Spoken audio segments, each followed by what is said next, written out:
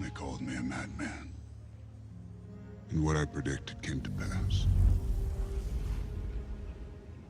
Hello everyone, it is me here, Mr. Truth, and in today's video, I'm going to talk about Shedeur Sanders being drafted in the 5th round of the draft to the Cleveland Browns. It is indeed true, Shedeur Sanders is a Cleveland Brown, and this is where I imagine he would fall to. I thought that he was going to get taken in the 2nd round by them, but then he fell all the way to the 5th round where the Browns then selected him, and honestly, it's an F grade for me.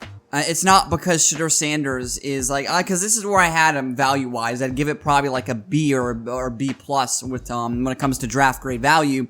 But they already picked a quarterback. They already picked Dillon Gabriel. This is an F pick. You don't need another quarterback. When you have Joe Flacco, Deshaun Watson, and Kenny Pickett on the roster, you don't need 5 quarterbacks. So it really feels like the Browns are throwing darts at a board and hoping one of them lands on the bullseye and they hit a grand slam with one of their late round quarterback picks. I don't know about, Dillon Gabriel. He's decent, but he's not the greatest. And Shedeur Sanders, we've already documented, I think he's going to struggle mightily in the National Football League.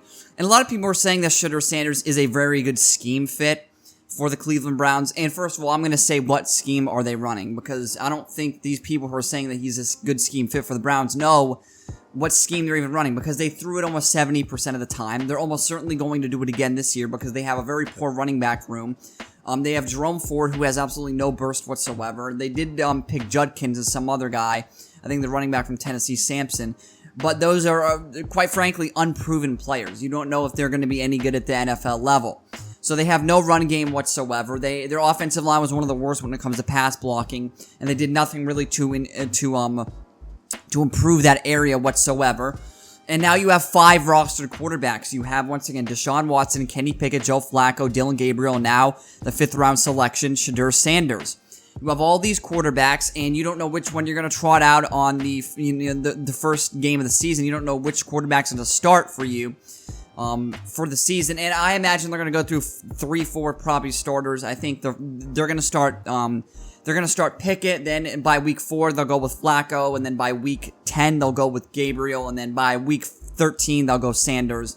And none of those quarterbacks will be rostered in 3 years for the Cleveland Browns. And also, I want to let this be known, the Browns coach, Kevin Stefanski, has no track record of developing any quarterback whatsoever. He's always relied on veteran, talent to make his scheme look good. It's not a good scheme, and there's a reason the Browns don't win games. It's because he is an inept offensive play caller, and the fact is he's living off of being coach of the year that one year, winning coach of the year, and that's sort of the legacy he's coasting on right now. If he didn't have that, he would have been fired years ago, and I memean, the guy's just not a very good coach, and there's a reason the Browns are a losing team every year.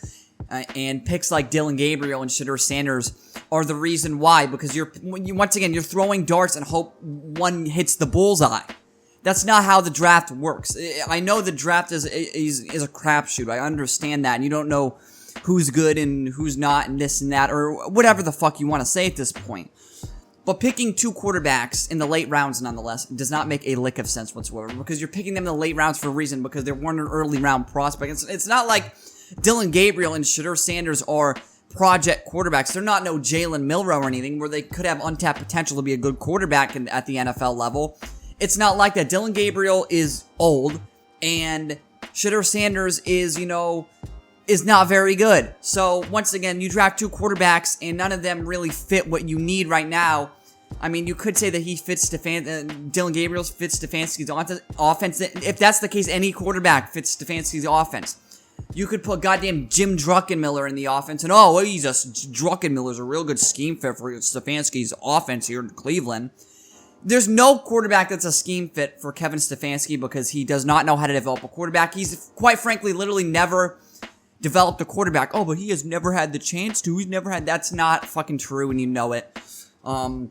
So the Browns stay a poverty franchise. They stay a bad franchise. I thought they should have stayed at 2, and I thought they should have picked Travis Hunter, and then maybe they could have picked Shedeur the 5th round. They could have had Travis Hunter and Shedeur Sanders, who have great chemistry together as a quarterback wide receiver duo. But no, that makes too much sense for the poverty ass Cleveland Browns for some reason. So no, let's go trade down. Mason Graham's a decent player. He's probably going to be a good player in the NFL, but still, you could have had You could have had another weapon, but the weapons they have right now are inadequate. They're below average for an NFL team. And when you factor in that they have a poor pass blocking offensive line, they did nothing to improve that in the offseason. And they just drafted 2 quarterbacks. They have 5 rostered quarterbacks, and you don't know who's going to be the starter. It's a recipe for fucking disaster. It's a recipe, honestly, quite frankly, for not winning a game. So I think by week 12, 13, Stefanski will be long gone. He'll be gone by week probably 5. If they start off the season losing 5, 6 in a row, I'd imagine Stefanski's going to go. He's on the super duper hot seat. And this screams of desperation from a regime that knows they're absolutely, completely fucked. And it's sad to see. The Browns fans, they do deserve better than this, honestly, because they've been through enough already. They're Browns fans. You know, they support the worst team in the NFL, and it's getting worse with their draft picks that don't make any sense. And a lot of people are trying to rationalize them picking 2 quarterbacks. Stop doing that. No other team in this draft has picked 2 quarterbacks so far.